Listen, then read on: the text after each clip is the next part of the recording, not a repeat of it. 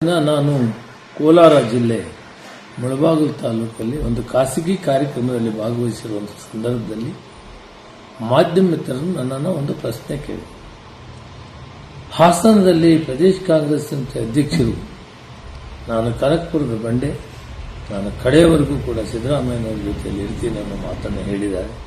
ಅದರ ಬಗ್ಗೆ ನೀವೇನು ಹೇಳ್ತೀರಿ? ಕರೆಕ್ಟ್ ಆಗಿದೆ ಅವರು ಹೇಳಿದ್ರು. ಮುಖ್ಯಮಂತ್ರಿಗಳು ಮಾತಾಡಿರೋದ್ರ ಬಗ್ಗೆ ಮುಖ್ಯಮಂತ್ರಿಗಳು ಏನು ಮಾತಾಡಿದ್ದಾರೆ ಅದು ಕರೆಕ್ಟ್ ಆಗಿದೆ ಅಂತ ಹೇಳಿದೆ. ಆದರೆ ಬೆಳಗ್ಗೆ ಕನ್ನಡಪ್ರಭದಲ್ಲಿ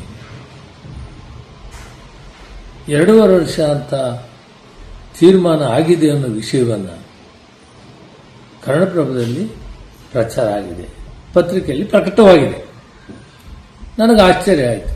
ನಾನು ಈ ಸಬ್ಜೆಕ್ಟ್ನಲ್ಲಿ ಇದನ್ನು ಮಾತಾಡಿಲ್ಲ.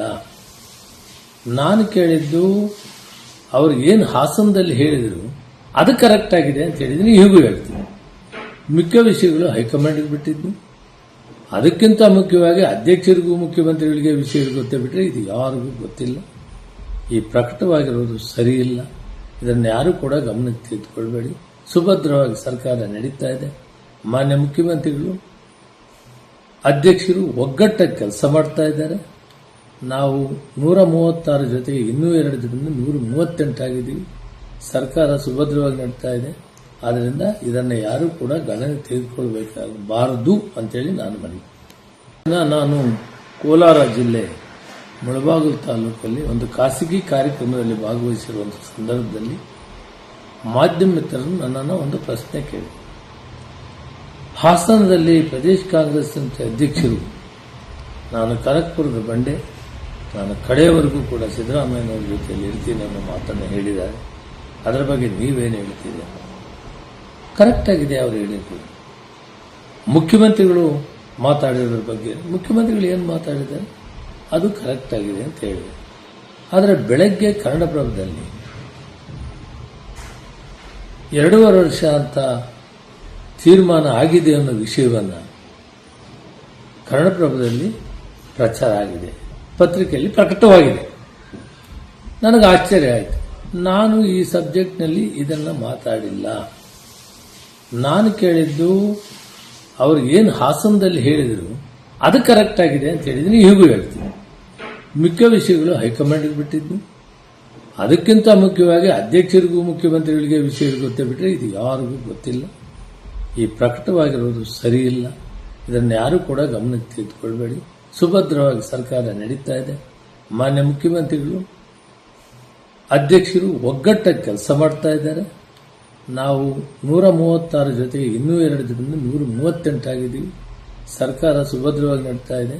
ಆದ್ದರಿಂದ ಇದನ್ನು ಯಾರೂ ಕೂಡ ಗಣನೆ ತೆಗೆದುಕೊಳ್ಬೇಕಾಗಬಾರದು ಅಂತೇಳಿ ನಾನು ಕೋಲಾರ ಜಿಲ್ಲೆ ಮುಳಬಾಗಿಲು ತಾಲೂಕಲ್ಲಿ ಒಂದು ಖಾಸಗಿ ಕಾರ್ಯಕ್ರಮದಲ್ಲಿ ಭಾಗವಹಿಸಿರುವಂಥ ಸಂದರ್ಭದಲ್ಲಿ ಮಾಧ್ಯಮ ಮಿತ್ರರು ನನ್ನನ್ನು ಒಂದು ಪ್ರಶ್ನೆ ಕೇಳಿ, ಹಾಸನದಲ್ಲಿ ಪ್ರದೇಶ ಕಾಂಗ್ರೆಸ್ ಅಧ್ಯಕ್ಷರು ನಾನು ಕನಕಪುರದ ಬಂಡೆ, ನಾನು ಕಡೆಯವರೆಗೂ ಕೂಡ ಸಿದ್ದರಾಮಯ್ಯನವರ ಜೊತೆಯಲ್ಲಿ ಇರ್ತೀನಿ ಅನ್ನೋ ಮಾತನ್ನು ಹೇಳಿದ್ದಾರೆ.